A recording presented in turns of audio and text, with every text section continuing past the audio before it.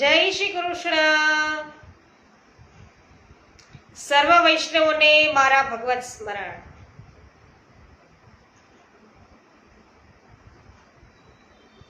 અજ્ઞાનતિમિરાન્ધસ્ય જ્ઞાનાંજન શલાકયા ચક્ષુરુન્મિલિતમેન તસ્મૈ શ્રી ગુરવે નમઃ. શ્રી ગોવર્ધનનાથ કી જય. श्याम सुंदर श्री अमुने महारानी की जय. श्री वल्लभाधीश की जय. श्री गोसाई जी परम दयाल की जय.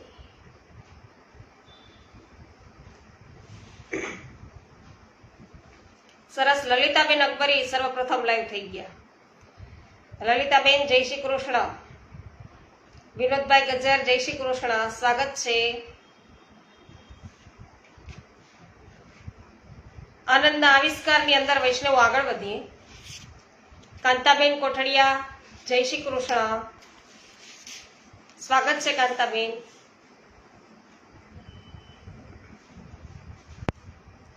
તો વૈષ્ણવો આપણે જોયું કે ધર્મ છે એ ગોકુલનાથજીના શરણે આવ્યા છે. એટલે શ્રી ગોકુલનાથજીએ મંદ મંદ હાસ્ય કરતા ધર્મને આશ્વાસન આપી અને ધીરજ બંધાવી, તેનો સમાદર કર્યો અને અભય વચન આપતા કહ્યું કે હે ધર્મ, તારે કશી ચિંતા કરવાની જરૂર નથી. તું નિર્ભય અને નિસંકલ્પ થઈ માત્ર આ લોકમાં જ નહીં, 14 લોકમાં જ્યાં ઈચ્છા થાય ત્યાં સ્વસ્થતાથી વિચર. આમ એને અભય પદ આપી ધર્મને નિશ્ચિત બનાવ્યો અને બીજે દિવસે આપ શ્રી ગિરિરાજ પધાર્યા. જતી વખતે આપે પોતાના સેવકોને આજ્ઞા કરી કે કોઈનો કશો ભય રાખશો નહીં. હું કાલે ફરીથી પાછો આવું ત્યાં સુધી તમે કોઈ માળા ઉતારશો નહીં. હું સૌને સમજાવીશ. પ્રભુ જે કંઈ કરશે તે સારું જ કરશે. શ્રી ગોકુલનાથજી શ્રી ગિરિરાજજી પર માત્ર દર્શનાર્થે પધાર્યા હતા, પણ નિર્બળ મનના કેટલાક લોકો જાત જાતના તર્ક કરતા હતા. કોઈ કહેતા હતા કે આપ શ્રી સંન્યાસીને મળવા ગયા છે, તો કોઈ એમ કહેતા હતા કે બાદશાહ તરફથી માળા ઉતારવા અંગે સખત હુકમ આવ્યો છે, તે બાબતે શું કરવું તેની સલાહ લેવા ગયા છે. તો કેટલાક વળી એમ કહેતા હતા કે બાદશાહના માણસોની બીક લાગવાથી પોતે શ્રી ગોકુળ છોડીને ગિરિરાજ પધાર્યા છે. આવા જાત જાતના લોક અપવાદ છે એ સાંભળી ભોળા વૈષ્ણવોને ભય લાગ્યો કે પ્રભુની ગેરહાજરીમાં સંન્યાસીના માણસો જો બળજબરીથી આપણી માળા ઉતારશે તો આપણે શું કરવું.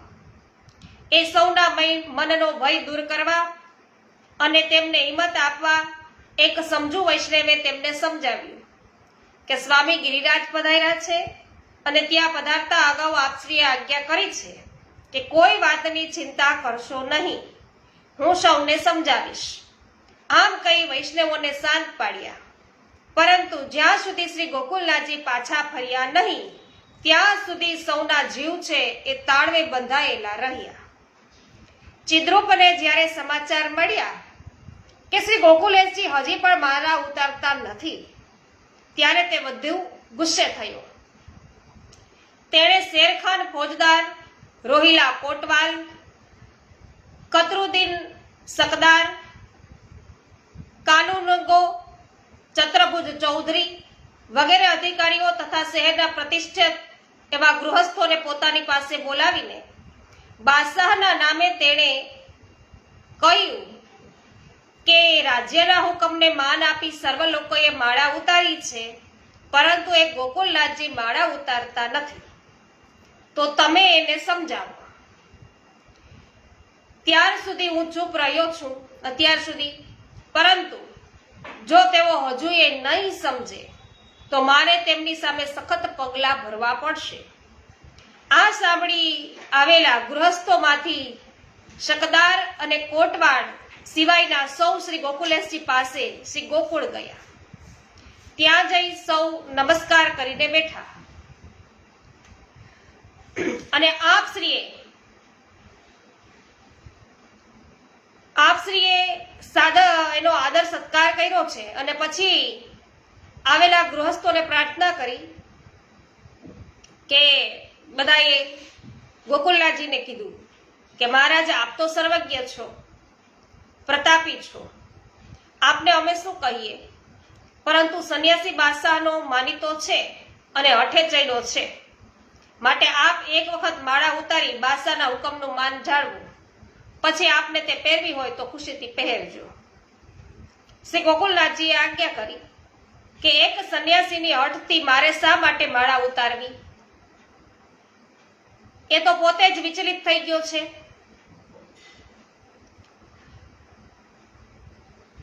અને એનું કહેવું માનવાની શી જરૂર છે?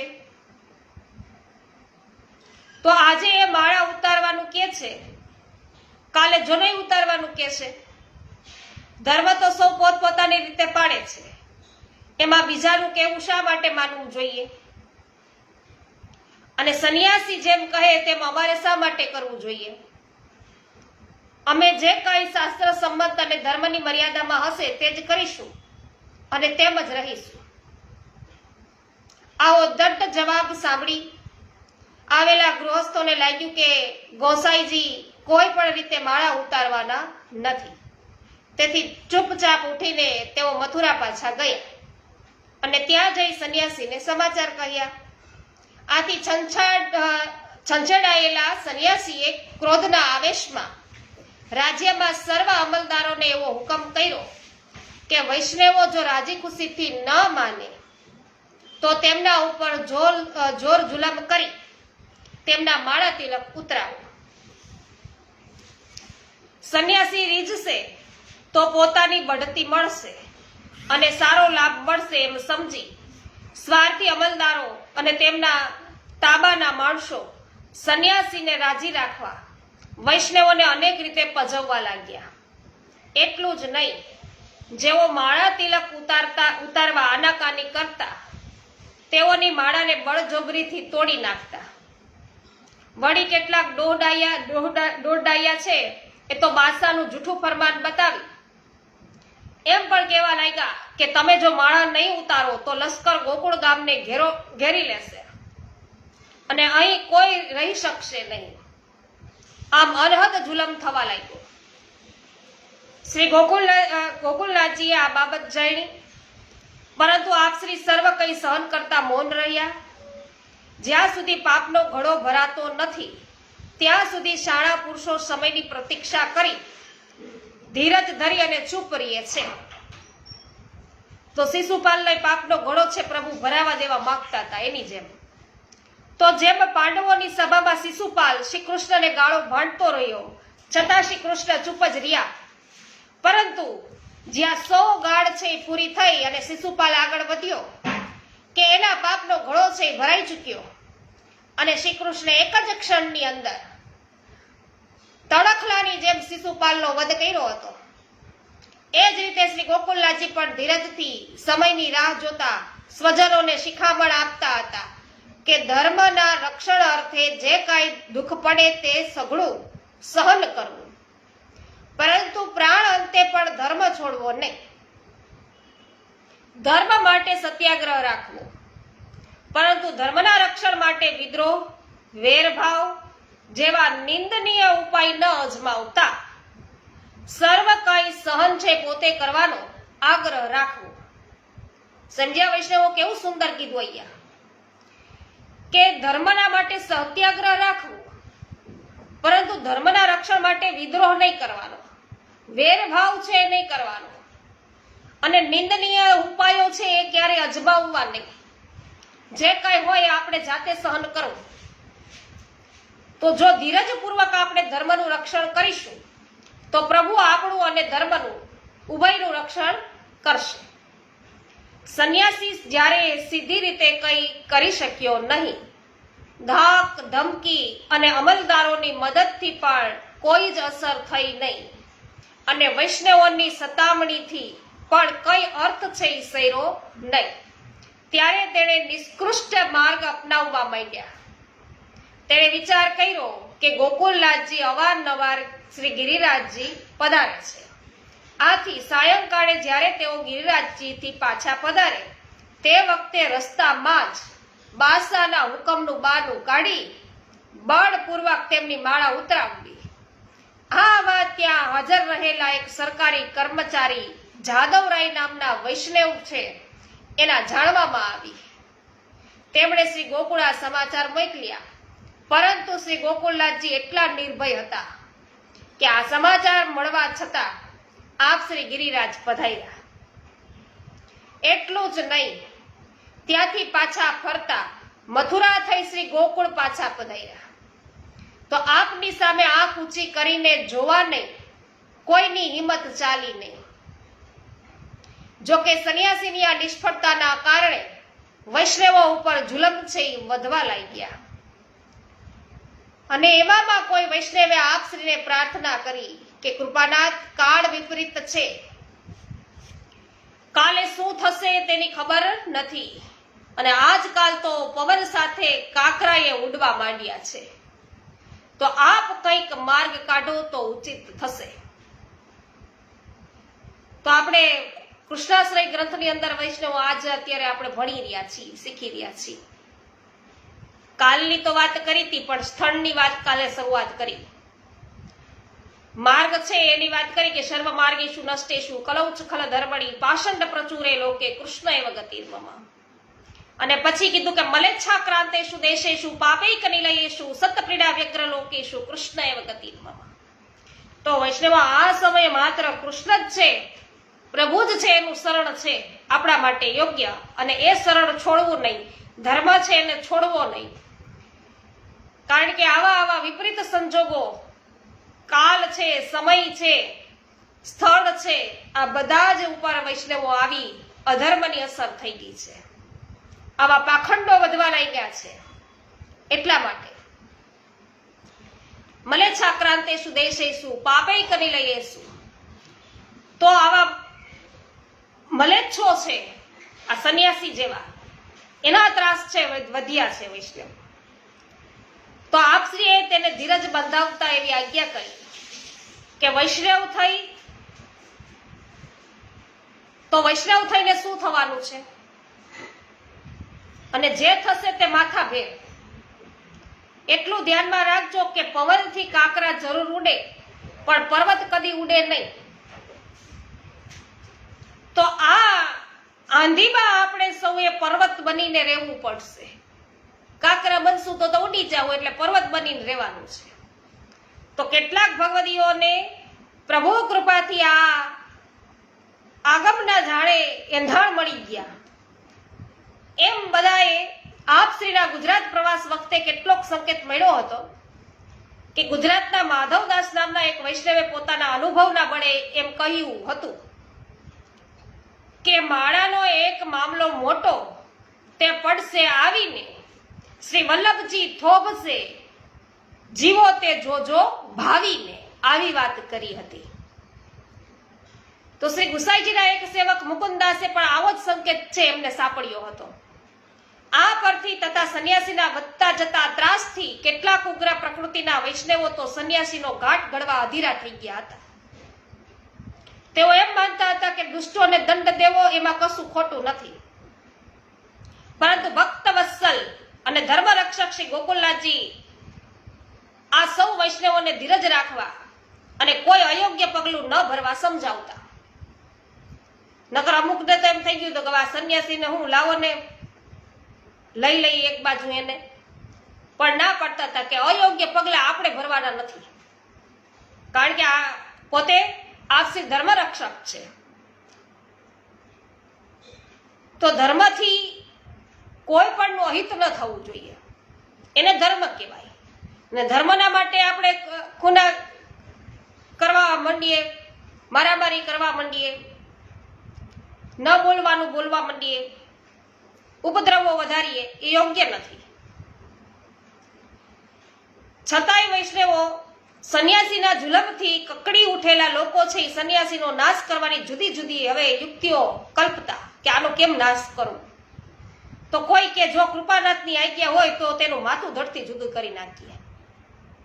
તો વળી એક પ્રહરીએ એવું કહ્યું કે હું એ હું એને 1 પ્રહર સુધી પાણીમાં ખેંચીને ડૂબાડી દઉં, તો ત્રીજો કહે કે ત્રીજી જ વાત કરતો, કંઈક બીજી જ. એટલે બધાને આટલો ત્રાસ થઈ ગયો હતો. પણ ગોકુલનાથજી છે આવું કંઈ પણ અયોગ્ય કરવા છે કોઈને સંમતિ આપે નહીં, કોઈને આવી આજ્ઞા આપે નહીં. તો આ બધી વાતો શ્રી ગોકુલનાથજીએ ભીતરથી સાંભળી લીધી અને આપ શ્રી એકદમ બહાર પધાર્યા અને સૌ વૈષ્ણવને આજ્ઞા કરી કે તમારે કોઈએ કદી આવા વિચાર કરવા નહીં. જો તમે અમને ચાહતા હો તો અમે જે પ્રમાણે કહીએ તે પ્રમાણે કરો અને પ્રભુ જે કોઈ કસોટી કરે તે સર્વ સહન કરો. જ્યારે તેના પાપનો ઘડો ભરાશે ત્યારે પ્રભુ પોતે જ તેને શિક્ષા કરશે. જય હો. જો મથુરામાં વૈષ્ણવોને મુશ્કેલી પડતી હોય તો તેઓ શ્રી ગોકુળમાં આવીને રહે, પરંતુ અન્યથા કશું ન વિચારે. તો આવા છે વૈષ્ણવો આપણા ધર્મગુરુ કે ક્યારેય કોઈ પણ પ્રકારના વિદ્રોહ કરવા, વિગ્રહ કરવા એમાં એ માનતા જ નથી. કારણ કે સર્વ કરવા યોગ્ય અને સર્વ સમર્થ તો પ્રભુ છે. તો આ તો આપણા બધાની કસોટી હોય તો એવા તો સહન કરી અને પાર પડવાનું છે. જે પાપ આચરી રહ્યા છે એનો ઘડો ભરાશે એટલે પ્રભુ સર્વ કઈ છે એનું યોગ્ય કરી દેશે. તો આપ શ્રી ના આજ્ઞા થતા સૌ તર્ક વિતર્ક છોડી અને ચૂપ થઈ ગયા. આ રક્ષકમાં લગભગ 4 માસ એમ જ વીતી ગયા અને સંવત 1677 ની મહાસુદ પાંચમ એટલે કે વસંત પંચમી, જય હો, વસંત પંચમી ગઈ અને છતાં શ્રી ગોકુલનાથજીએ માળા ઉતારી નહીં. તેથી સંન્યાસીએ મથુરામાં હાકેમ સારંગપાણી તથા કોટવાલ ઉદયરામને બોલાવીને કહ્યું કે આજકાલ કરતા 4 મહિના વીતી ગયા, છતાં તમે ગોકુલનાથજીને માળા ઉતરાવી શક્યા નથી.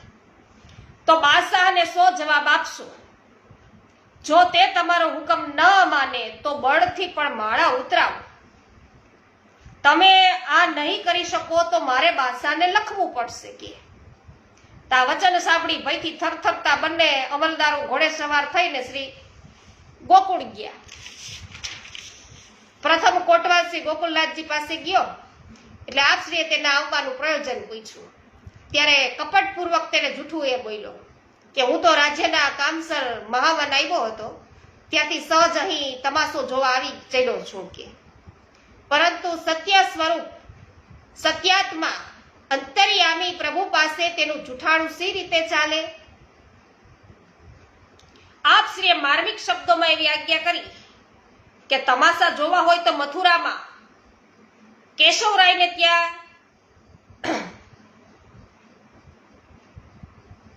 ઓછા છે કઈ, ત્યાં જાઓ. તો તમાશા જોવા હોય તો મથુરામાં કેશવરાયને ત્યાં ક્યાં ઓછા છે કે? અહીં અમારા ઘરમાં તમને તમાશા જોવા ક્યાંથી મળશે? આથી શર્મિંદો બની અને કોટવાલ છે એ નફટ થઈ અને એવું કહેવા લાગ્યો કે બાદશાહની મનાઈ છતાં આપ માળા કેમ પહેરો છો?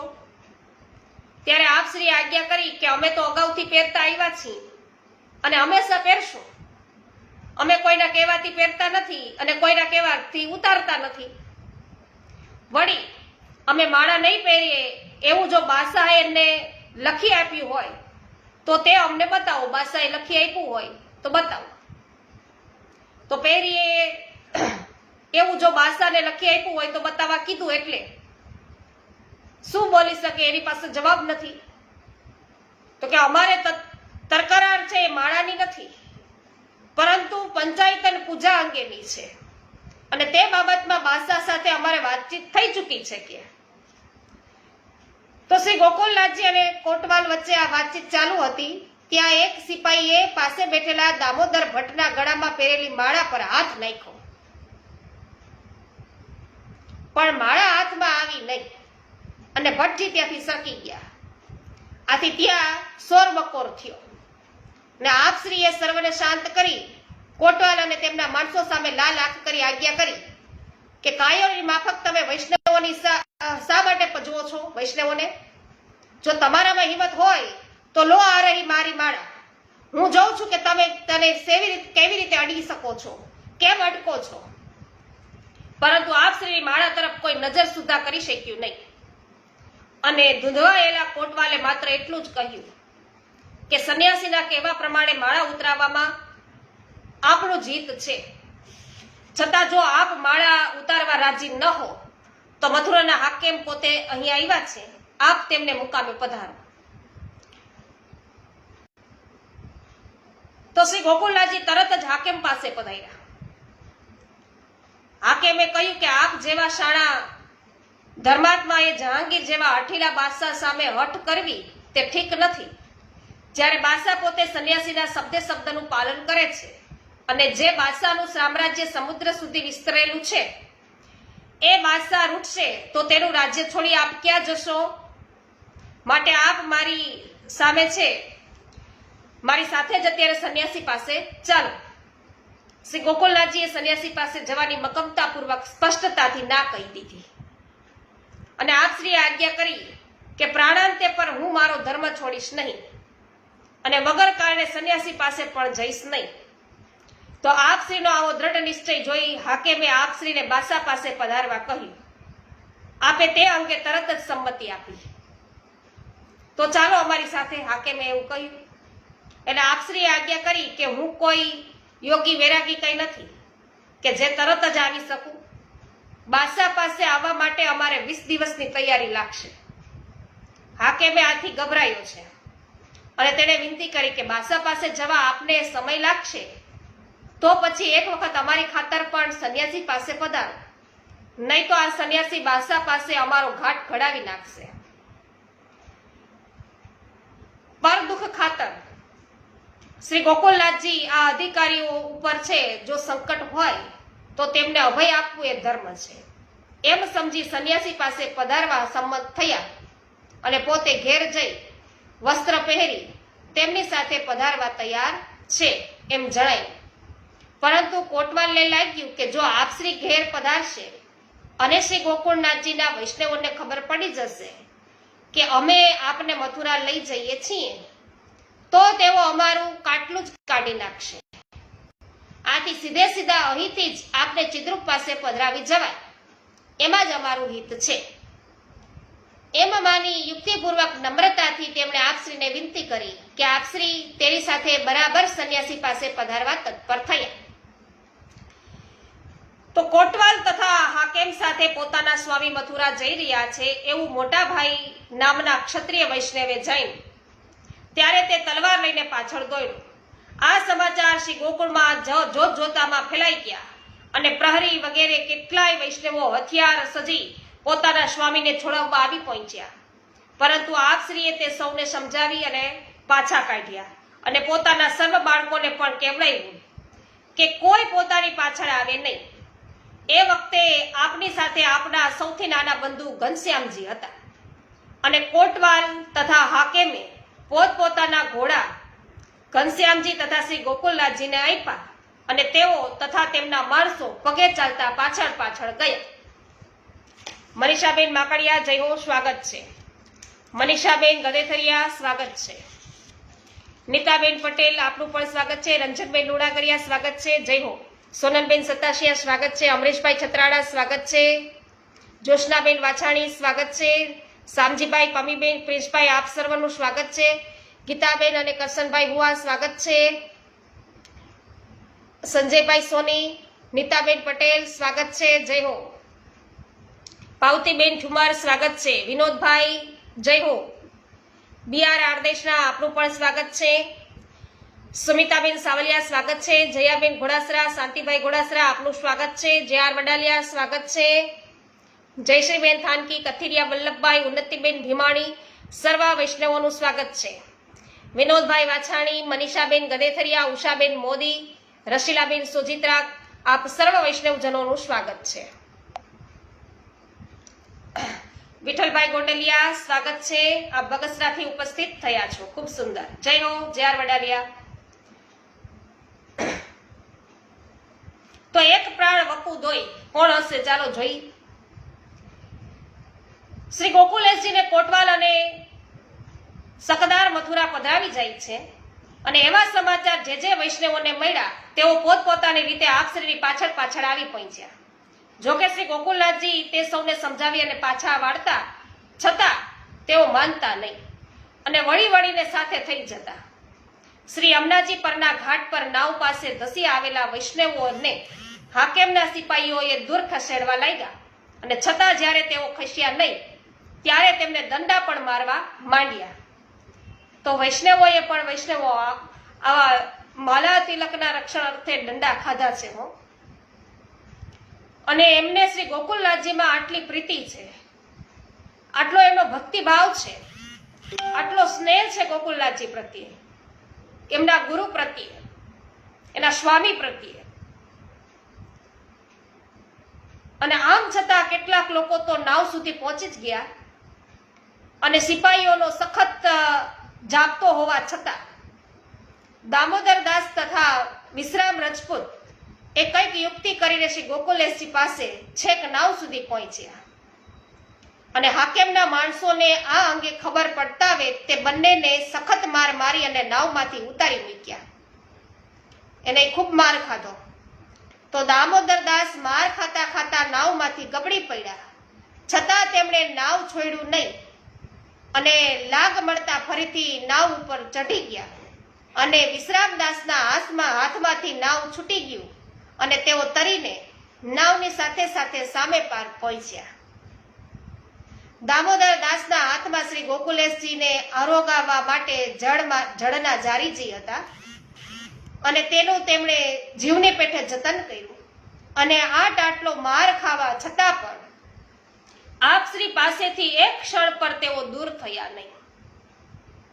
વિશ્રામદાસે પોતાના સ્વામીની સેવા માટે જે અસહ્ય માર વેઠ્યો તે બતાવી આપે છે વૈષ્ણવો કે સેવામાં અનેક એવા પ્રતિબંધો તો નડે, પરંતુ સેવકે તે સર્વ મૂંગે મોઢે ધીરજપૂર્વક સહન કરવા જોઈએ.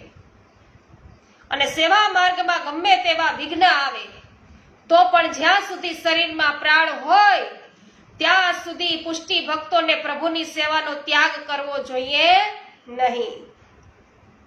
જય હો. તો શ્રી મહાપ્રભુજી પણ વિવેક ધૈર્યાશ્રય ગ્રંથમાં એવી આજ્ઞા કરે છે કે સર્વ સ્થળેથી આવતા આદિ વ્યાધિ અને ઉપાધિ એ ત્રણેય પ્રકારના દુઃખ સહન કરવા અને તેનું નામ કહેવાય ધૈર્ય. તો અહીં પ્રભુની ઈચ્છા સ્વજનોને શિક્ષા દ્વારા તેમને કંઈક અધિક ભાવ આપવાની અને તે અર્થે તેમના ધૈર્યની પરીક્ષા કરવાની હતી. પ્રભુની લીલા છે વૈષ્ણવો આ બધી, એવું જણાય છે. તો આવી કસોટીમાં જ ભક્તની નિષ્ઠા છે એ તરી આવે છે અને તેમાંથી તેને પાર ઉતારતા જોઈ અને પ્રભુને અતિ પ્રસન્નતા થાય છે. દામોદર દાસ તથા વિશ્રામ દાસની આ સેવાનું ફળ પણ શ્રી પ્રભુએ તેમને આપ્યું જ છે. તો વૈષ્ણવો ખરેખર પ્રભુ છે એ પરીક્ષા તો ધૈર્યની કરે જ છે, કસોટી તો કરે જ છે. કારણ કે આપણી નિષ્ઠા તો પ્રભુ કે કેવી છે એ તો અવશ્ય જોશે જ પ્રભુ.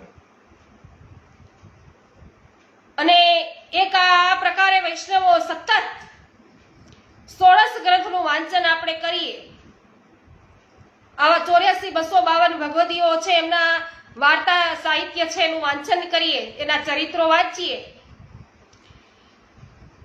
અને સાથે સાથે શ્રી વલ્લભ, શ્રી વિઠ્ઠલ અને આ શ્રી ગોકુલનાથજી, તેમના બધા વંશજો ગિરધરજી, એ બધા જ ના વૈષ્ણવો આપણે જે જીવન ચરિત્રો જોઈએ, સાંભળીએ, વાંચીએ ત્યારે એક અલગ પ્રકારનું શૌર્ય છે એ આપણામાં ઉત્પન્ન થાય છે. પ્રભુ પ્રત્યેની નિષ્ઠા તો છે એ દ્રઢ થાય જ છે, પણ સાથે સાથે વૈષ્ણવો આપણે નિર્ભય પણ બનીએ છીએ. ગમે તેવી કસોટીમાં પણ હવે આપણે એવું અવશ્ય કહી શકીએ છીએ વૈષ્ણવો, કારણ કે આપણે વિવેક ધૈર્યાશ્રય છે વૈષ્ણવો એ આપણે શીખવા માટે, ભણવા માટે પ્રયત્ન કર્યો કે આપ શ્રી શું કહેવા માંગે છે મહાપ્રભુજી. તો અતિશય વિહવળ ન થતા ગમે તેવી કસોટી થાય, ગમે એવી વિકટ પરિસ્થિતિઓ આવે વૈષ્ણવો, ત્યારે હવે આપણને એવો વિવેક જાગે છે, ખબર જ જ છે કે પ્રભુની ઈચ્છા વગર એક પાંદડું હલવાનું નથી. એક વિવેક એ છે, બીજો વિવેક એ છે કે પ્રભુ તેમના ભક્તોનું ક્યારેય અહિત નહીં કરે. જે એના હિતમાં હશે તે જ કરશે. એ બીજો વિવેક છે આપણામાં અવશ્ય આવે. અને એટલા માટે ગોકુલનાથજીની જેમ પણ આપણે કોઈ પણને છે નિર્ભયતાથી જવાબ આપી શકીએ છીએ. તો આ સત્સંગનો પ્રતાપ છે વૈષ્ણવ. આપણને શ્રીજી બાબા પ્રત્યે એટલો દ્રઢ વિશ્વાસ થાય કે પ્રભુ છે, ભક્ત વત્સલ છે, એ પોતાના ભક્તોનું ક્યારેય અહિત ન થવા દે. તો જે કસોટી આવી, જે પરિસ્થિતિ આવી હોય એમાંથી આપણે પાર ઉતરવાનું છે. એના માટે ધૈર્ય ધારણ કરવાનું છે. એટલે આવી જ કસોટીમાંથી ભક્ત છે એમની નિષ્ઠા તરી આવે છે. તો વૈષ્ણવ આવી જ કસોટીઓમાંથી અત્યારે પસાર થઈ રહ્યા છીએ. અને છતાં પણ વૈષ્ણવો આપણે આ નિર્ભયતાથી સત્સંગ કરીએ છીએ. અને કોઈ પણને જવાબ આપવો હોય તો પણ નિર્ભયતાથી આપી શકીએ. એનું કારણ એ છે કે આપણે આ સત્સંગ કરીએ છીએ. શ્રી મહાપ્રભુજીએ બતાવેલા, આપણને સમજાવેલા, આપણા માટે વૈષ્ણવી જીવન છે કેવું હોવું જોઈએ, વૈષ્ણવો માટે 16 ગ્રંથો રચ્યા અને એનું આપણે વાંચન કરીએ. તો વૈષ્ણવ આપણે તો હજી તુચ્છ જીવ છીએ. આપણે પુષ્ટિ માર્ગનો હજી એકડો નથી જાણતા. અને છતાં પણ વૈષ્ણવો આપણને આટલો પ્રતાપ આપણને સત્સંગની અંદર આવતો હોય તો વિચાર કરો, જે નિષ્ઠાવાન વૈષ્ણવો હોય, જે પરમ ભગવદીઓ હશે, એનું તો જીવન કેટલું સુંદર હશે. એની અંદર એની જે વૈષ્ણવતા છે એ સાર્થક હશે. વૈષ્ણવ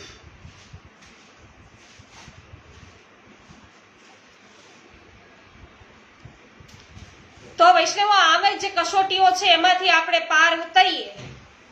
અને પાર ઉતરતા છે એ જોઈ અને પ્રભુ છે ને અતિશય પ્રસન્ન થાય છે. તો દામોદર દાસ તથા વિશ્રામ દાસની આ સેવાનું ફળ પણ શ્રી પ્રભુએ તેમને આપ્યું જ છે. મને તો આ દામોદર દાસ અને વિશ્રામ દાસ થી આજે પરિચિત થઈ વૈષ્ણવો. તો આટલી નિષ્ઠા છે એમના સ્વામી પ્રત્યે. એમને આપણે 84-252 વૈષ્ણવો વાંચ્યા છે. એ પછીના અમુક છે નથી સાંભળ્યા હોતા. અમુક ઉકાતાના આપણે વાંચન કરીએ છીએ, એમાં કેવા વૈષ્ણવો થાય છે એની આપણને ખબર હોય. તો નાવ છે તો આવા વૈષ્ણવો હજુ પણ છે. અત્યારે પણ ભૂતલ ઉપર બિરાજમાન છે. પણ આપણી દ્રષ્ટિ જેવી નથી. આપણી દોષ ભરેલી દ્રષ્ટિ છે એટલે આપણને એવા ભગવદીઓના દર્શન પણ ન થાય. તો નાવ જ્યારે સામે પાર પહોંચ્યું ત્યારે પાલખીની રાહ જોતા શ્રી ગોકુલનાથજી ખીરકમાં બિરાજ્યા. અને તે સમયે પોતાના ગામમાં વાગતા વાજિંત્રોનો અવાજ સાંભળી હાકેમે શ્રી ગોકુલનાથજીને વિનંતી કરી કે મહારાજ, આપને તો ઘણા શુભ સુકન થયા છે. ત્યારે આપ શ્રીએ આજ્ઞા કરી કે અમારે તો સદા સર્વદા શુભ જ સુકન છે. જય હો. તો વૈષ્ણવો, કહેવાનો અર્થ છે કે સદા સર્વદા શુભ જ સુકન હોય વૈષ્ણવોના જીવનની અંદર. અને આટલી વારમાં તો સામે પાર જે લોકોને સિપાહીઓએ આવતા રોક્યા હતા તેમના કેટલાક છે એ શ્રી અમનાજીના પ્રવાહમાં તરીને પોતપોતાની રીતે ત્યાં આવી પહોંચ્યા. જેવા સોમજી સુતાર આદિ મુખ્ય હતા. અને જ્યારે ન્યાલચંદ અને કંબોરામ શાહ એ તો સીધા મહાવન ગયા. અને ત્યાં જઈ અને ગદાધર દાસને ખબર આપી કે કોટવાલ તથા શકદાર તેમના સિપાહીઓ સાથે શ્રી ગોકુળ આવી શ્રી ગોકુલનાથજીને સાથે લઈ અને મથુરા જાય છે. આ સાંભળી ગદાધર દાસને ભારે ક્રોધ ચડ્યો અને તેમને થયું કે મારી હયાતીમાં મારી રજા વગર મારી જાગીરમાંથી આપશ્રીને તે સી રીતે લઈ જઈ શકે. તેમણે ડંકો વગડાવી અને તરત જ લશ્કર છે એ સાબદું કર્યું અને તે એકદમ શ્રી ગોકુલનાથજીને છોડાવવા ઝડપથી ચાલ્યા. અને તે વખતે અત્યંત સુરવીર એવા મહાવનના ચૌધરીઓ તથા શ્રી ગોકુલનાથજીના સેવકો વગેરે ઘણા સુરવીર પુરુષો છે એ સાથે લઈ શ્રી યમુના ઘાટ પર ધસી આવ્યા. અને ત્યાં આવ્યા પછી તેમને ખબર પડી કે શ્રી ગોકુલેશજીને તો અહીંથી પધરાવી ગયા છે. આથી મોડી ખબર લાવનારાઓને તેમણે ઠપકો આપ્યો. જવાબમાં એવું એક પ્રહરીએ કહ્યું કે આપશ્રીએ કોઈ પણ પ્રકારનું ધાંધલ કરવાની સખત મનાઈ કરી છે, ધમાલ નથી કરવાની, અને પોતાની પાછળ કોઈને ન આવવા તાકીદ પણ કરેલ છે. શ્રી યમુનાજીના આ કાંઠે શકદાર તથા કોટવાલે જ્યારે મહાવનના લશ્કરને જોયું ત્યારે તેમને ભય લાગ્યો કે જો તેઓ આ બાજુ ધસી આવશે તો ભારે ઝપાઝપી થશે, આપણે મોતને ઘાટ ઉતરી જઈશું. માટે બનતી ઉતાવળે અહીંથી પલાયન થવામાં જ સાર છે.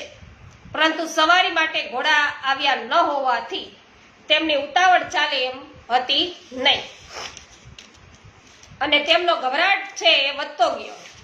અને એટલામાં કોઈ વહેલ આવી પહોંચી અને શ્રી ગોકુલનાથજીને પધરાવી તેમણે છે એ મથુરા તરફ પ્રયાણ આદર્યું.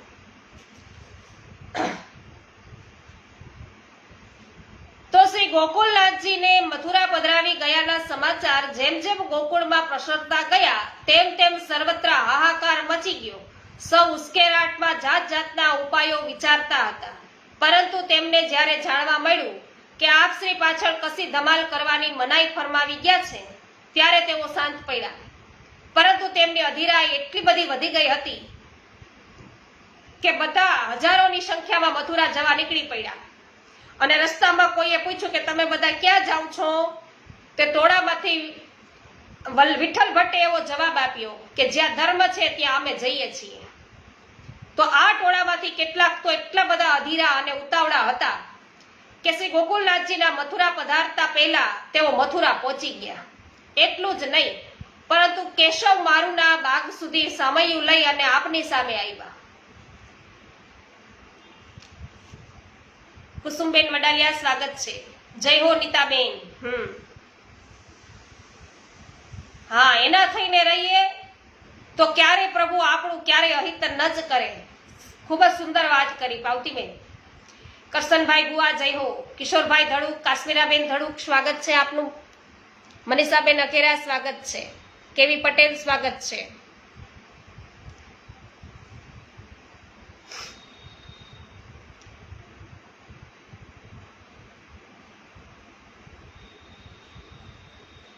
મથુરા આવ્યા પછી શ્રી ગોકુલેશજી સૂર્યકુંડ પરના બાગમાં જઈ અને બિરાઈ ગયા. ત્યાં મથુરાના હજારો વૈષ્ણવો આપના દર્શનાર્થે આવવા લાગ્યા. શ્રી ગોકુળથી અહીં પધારવાના શ્રમ તથા ગરમીના કારણે આપશ્રીને તૃષા લાગી હતી, પરંતુ મલેચ્છ લોકોનો સ્પર્શ થવાથી પોતે જળ લીધું નહીં. છતાં દામોદરદાસ વગેરે માટે જળ છે એ મંગાવ્યું.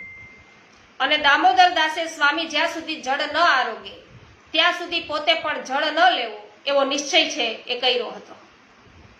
તો દર્શનાર્થે આવેલા વૈષ્ણવોમાંથી કેટલાકના ગળામાં માળા નહોતી. એ જોઈ શ્રી ગોકુલનાથજીએ પાસેના વૈષ્ણવોને થોડીક માળાઓ લાવી આપવા આજ્ઞા કરી, પરંતુ મથુરામાંથી તે મળી શકે નહીં, કેમ કે જે કોઈ માળા વેચે તેના ઘર લૂંટી લેવામાં આવ્યા હતા. આખરે એક ગોળિયા પાસેથી તે શરતે માળાઓ છે એ મળી કે તેનું નામ કોઈએ બતાવવું નહીં. આ માળાઓ લઈ શ્રી ગોકુલેશજીએ જેમના કંઠમાં માળા નહોતી તેમને ફરીથી પહેરાવી અને અભય વચન આપતા આજ્ઞા કરી કે તમે કોઈનો કંઈ પણ ડર રાખ્યા વગર નિશ્ચિંત બની અને માળા પહેરો. જ્યારે સંન્યાસીને કાને આ સમાચાર પડ્યા ત્યારે તેનો ક્રોધ અગ્નિ છે એ ભડકી ઉઠ્યો, પરંતુ તે કશું જ કરી શકે તેમ નહોતો. ભિક્ષા લઈને સંન્યાસી છે એ ગુફા પાસે પાછો આવ્યો. ત્યારે તેની પાસે પધરાવવા કોટવાલે શ્રી ગોકુલેશજીને વિનંતી કરી. ત્યારે આપશ્રીએ આજ્ઞા કરી કે મારે તેની પાસે આવવાની કઈ જરૂર નથી. ભોઠો પડેલો કોટવાલ પોતે સંન્યાસી પાસે ગયો અને શ્રી ગોકુલેશજીને લઈ આવવાના સર્વ સમાચાર છે એ કઈ સંભળાવ્યા. સંન્યાસી ગુસ્સે થઈને બોલ્યો કે મેં તમને ગોકુલનાથજીને અહીં લાવવા કહ્યું હતું, માળા ઉતરાવવાનું કામ તો તમારે ગોકુળમાં કરવાનું હતું, તેના બદલે તમે જ મારી પાસે લઈ આવ્યા.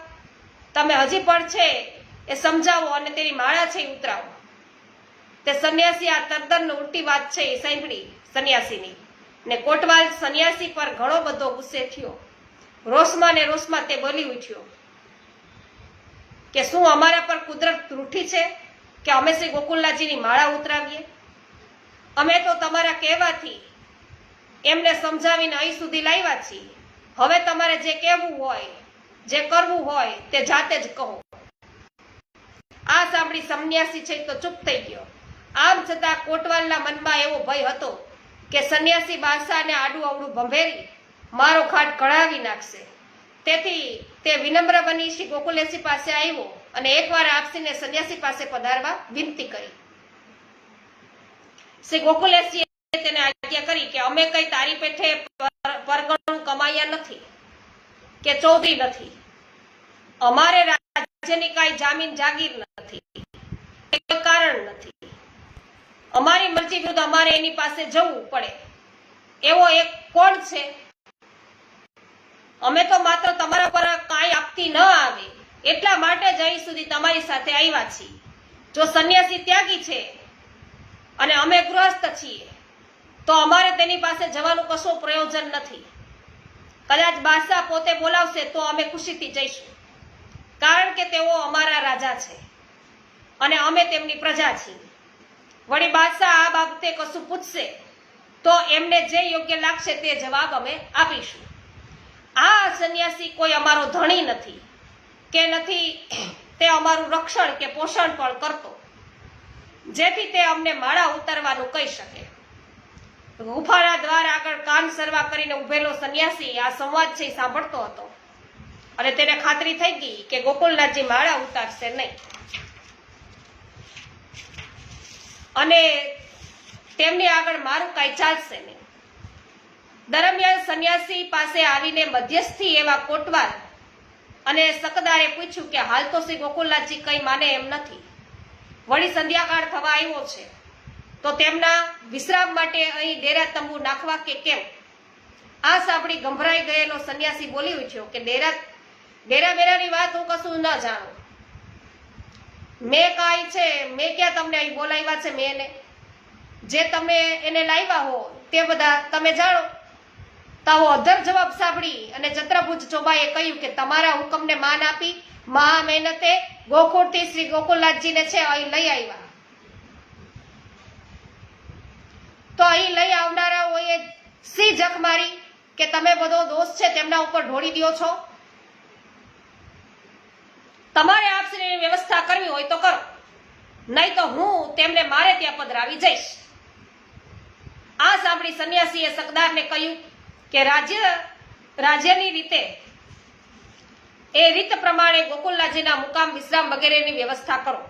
પરંતુ જ્યારે સકદાર ચૂપ રહ્યો ત્યારે ચંદ્રભુજાસ ચોબા છે એ શ્રી ગોકુલેશ પ્રભુને પોતાને ઘેર છે એ પધરાવી લાવ્યા છે. અને આગળની વાર્તા આવતીકાલે આગળ વધારીશું. દીપાબેન અજુડિયા જામનગરથી ઉપસ્થિત છે, સ્વાગત છે. દિનેશભાઈ લાડાણી આપનું પણ સ્વાગત છે. પ્રભુદાસભાઈ સોલંકી, અનિલાબેન સોલંકી સ્વાગત છે. પાર્થભાઈ વીરપરિયા આપનું પણ સ્વાગત છે. કુસુમબેન વડાલિયાનું સ્વાગત છે.